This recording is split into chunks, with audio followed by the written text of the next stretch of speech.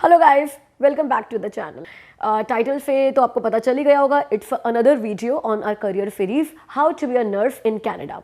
और अब आप ये हैरान हो रहे होंगे कि अकेली कैसी हूँ, इस साथ वाली सीट पे कोई क्यों नहीं है, किसी नर्स को क्या चैनल पे क्यों नहीं बुलाया। तो उसका रीज़न ये है कि मैं कनाडा में पिछले 3 साल से नर्सेस को ही रिक्रूट कर रही हूँ। I am a health care recruiter in Canada. तो मैं आपको सारा प्रोसेस भी बता सकती हूँ कि आप कनाडा में आकर नर्स कैसे बन सकते हैं।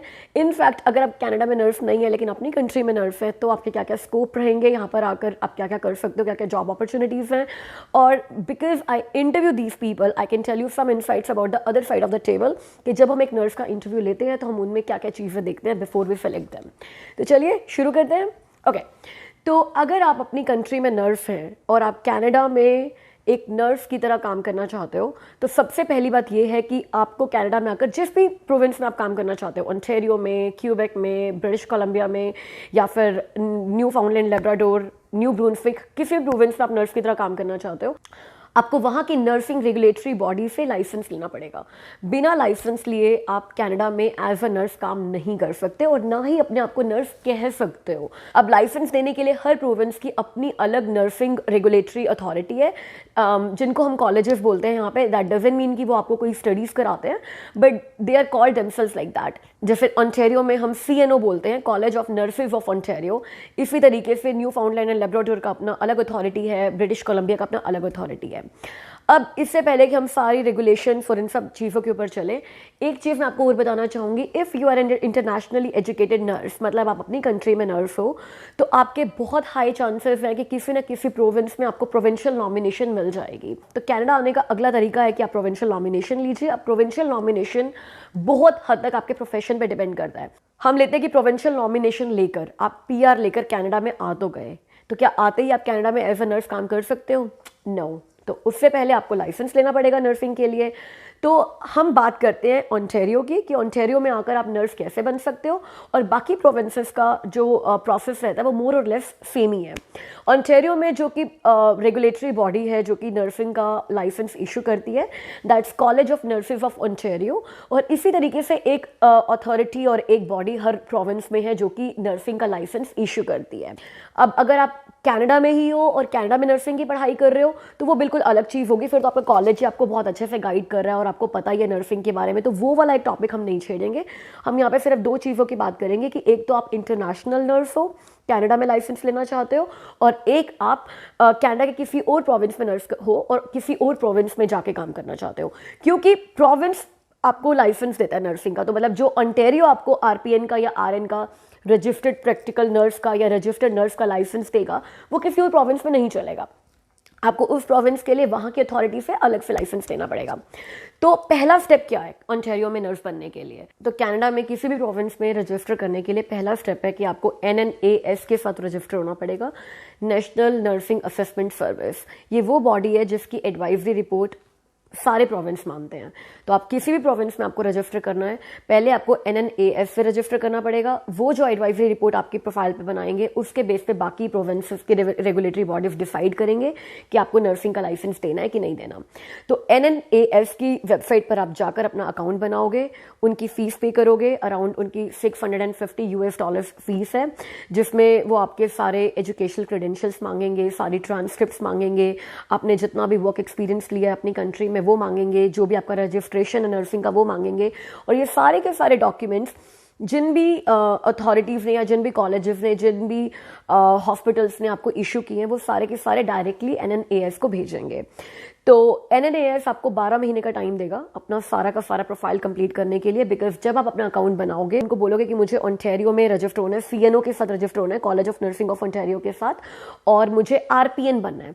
अब यहाँ पे 2 नर्सेज ओंटारियो में चलती हैं, RPN registered practical nurses and RN registered nurses. अब RPN और RN में फ़र्क क्या है? RN is advanced level than RPN। तो अगर मैं आपको सैलरी की बात करूं तो RPNs earn close to $25 to $30 to sometimes $32 an hour। और RNs की बात करूं, they are very senior people, तो मतलब हेल्थ केयर में वो आरपीएन से सीनियर माने जाते हैं। तो they earn anywhere between $35 to $45 an hour, और अगर आप बहुत सीनियर हो चुके हो, आपका 5-6 साल का एक्सपीरियंस हो चुका है, they earn up to $50 an hour too. तो ये सीनियरिटी लेवल का और उनके स्कोप ऑफ वर्क का फर्क है कि आप आरपीएन का लाइसेंस ले रहे हो या आरएन का लाइसेंस ले रहे हो। तो आपको एनएएसएस को बताना होगा कि आप किस कैटेगरी के लिए अप्लाई कर रहे हो। नर्सिंग के लिए आप दोनों कैटेगरीज के लिए अप्लाई कर सकते हो, बट फिर दोनों कैटेगरी की आपको फीस पे करनी पड़ेगी। फिर वो ओंटारियो के आरपीएन के हिसाब से आपको एक चेकलिस्ट निकाल कर देंगे कि आपको ये डॉक्यूमेंट्स हमें सबमिट कराने हैं, और आप उन कॉलेजेस को बताओ जिन्होंने आप जहां से आपने पढ़ाई की है, और उन हॉस्पिटल्स को बताओ जहां से आपने एक्सपीरियंस लिया है। वो आपके सारे डॉक्यूमेंट्स एनएनएएस को डायरेक्टली भेजेंगे। उसके बाद एनएनएएस आपका सारा केस इवैल्यूएट करेगा, और साथ में वेरी इंपॉर्टेंट आपको आपके लैंग्वेज प्रोफिशिएंसी रिजल्ट्स भी देने होंगे। और अब आपको जो इंग्लिश प्रोफिशिएंसी टेस्ट एनएनएसी को सबमिट कराना है, उसके लिए आपको मैं एक चीज बताती हूँ। E British Isles can definitely solve your purpose. Go check out guys. E British Isles ने एक ऑनलाइन प्लेटफॉर्म लॉन्च किया है उन लोगों को आइल्स के प्रिपरेशन कराने के लिए जिन लोगों के पास क्लासरूम स्टडीज़ का टाइम नहीं है, या फिर वो किसी पर्टिकुलर टाइम पे क्लासेस अटेंड नहीं कर सकते। तो ये एक ऑनलाइन प्लेटफॉर्म है, वेबसाइट है, जिससे आप आइल्स की तैयारी कर सकते हो। तो अगर आप ये वेबसाइट देखो तो there is a demo video on it, जिसमें आपको बताते हैं कि ये वेबसाइट काम कैसे करती है। एंड अगर आप यहाँ पर देखो तो लाइव क्लास स्केड्यूल्स हैं, और यहाँ पे एक फ्री असेसमेंट टेस्ट का भी ऑप्शन है।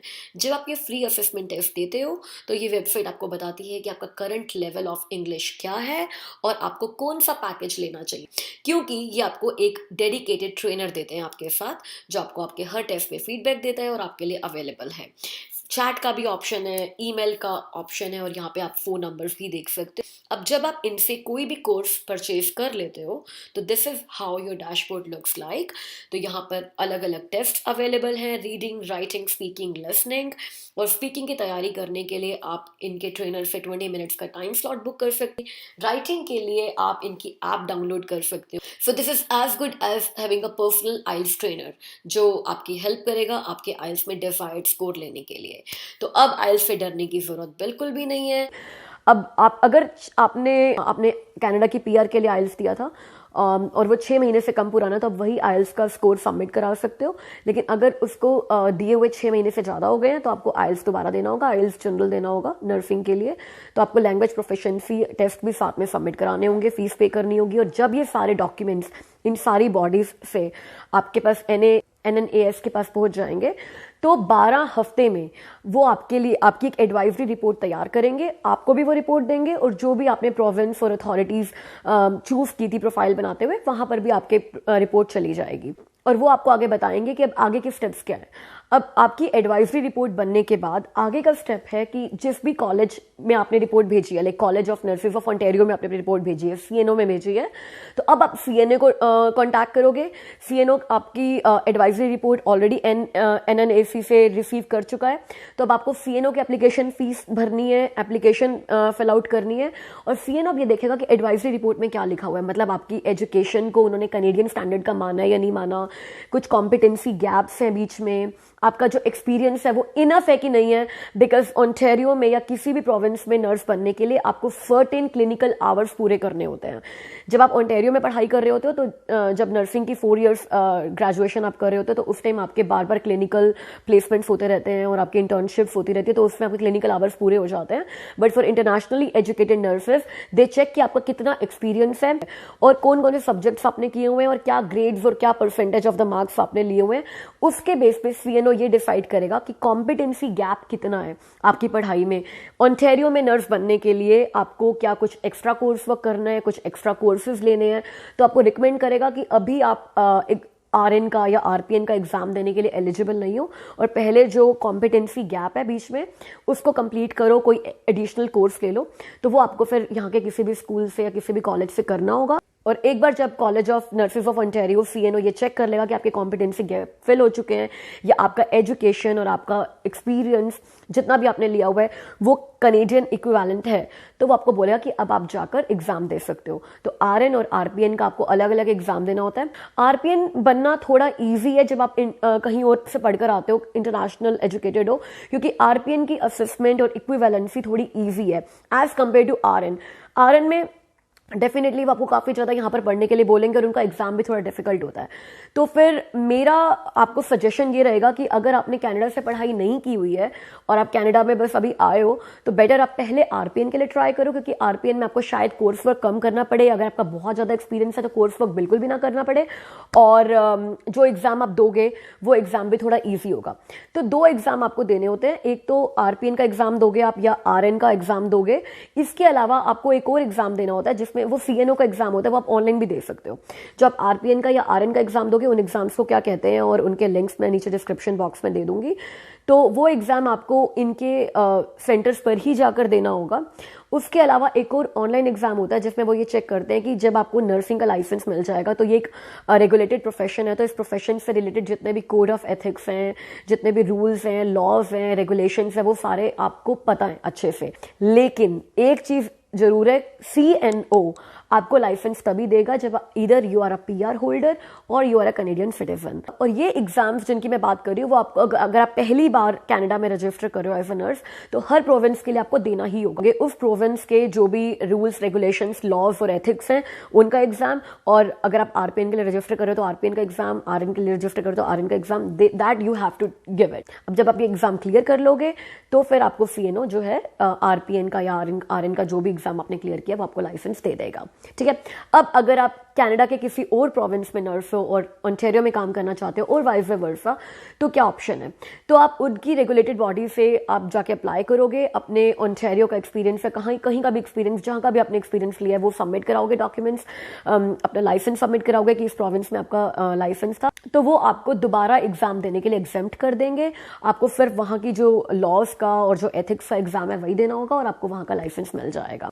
अब जब एक बार आपको लाइसेंस मिल गया तो अगला स्टेप क्या है? अगला स्टेप है जॉब्स अप्लाई करना, राइट।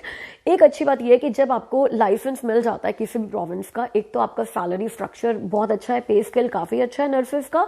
दूसरा, जॉब्स मिलने में मुश्किल नहीं आती है, क्योंकि आजकल के टाइम में तो बताऊं तो नर्सेस की डिमांड बहुत ही ज्यादा है, तो सभी नर्सेस सुपर बिजी हैं, डबल शिफ्ट में भी काम कर रही हैं।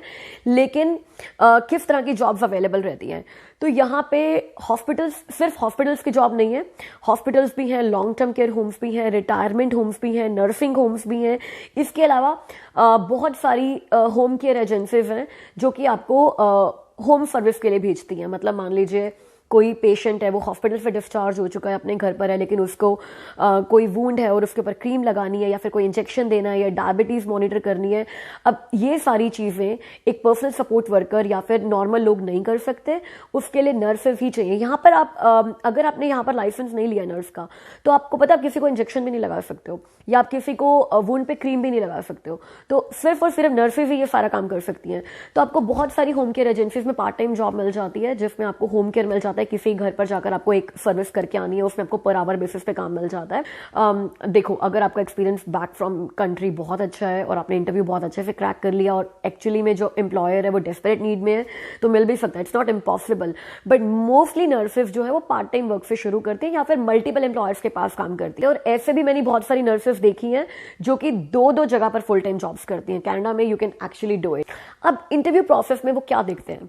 अब अगर आप ब्रांड न्यू नर्स हो कनाडा में, तो उनको पता है, क्योंकि जो भी आपकी कंट्री है वहाँ का एक्सपीरियंस और कनाडा का वर्क कल्चर थोड़ा सा अलग है। तो हम लोग ये देखते हैं कि जो नई नई चीज़ें हैं कनाडा में जो आपकी कंट्री में नहीं थी, वो यहाँ पर आकर आपने कितनी ज़्यादा एक्सप्लोर की है, कितने ज़्यादा आप ओपन हो लर्न करने के लिए नई चीज़ों को। दूसरा, हम फ्लेक्सिबिलिटी जरूर देखते हैं, बिकॉज ऐसा नहीं है, you can not be rigid in a new country कि यार मेरे को सिर्फ ये आवर्स ही काम करना है। I know if you have kids, if you have family, if you have these constraints, I understand. But अगर आपको इनिशियली इस फील्ड में ग्रो करना है, you have to be very very flexible with hours.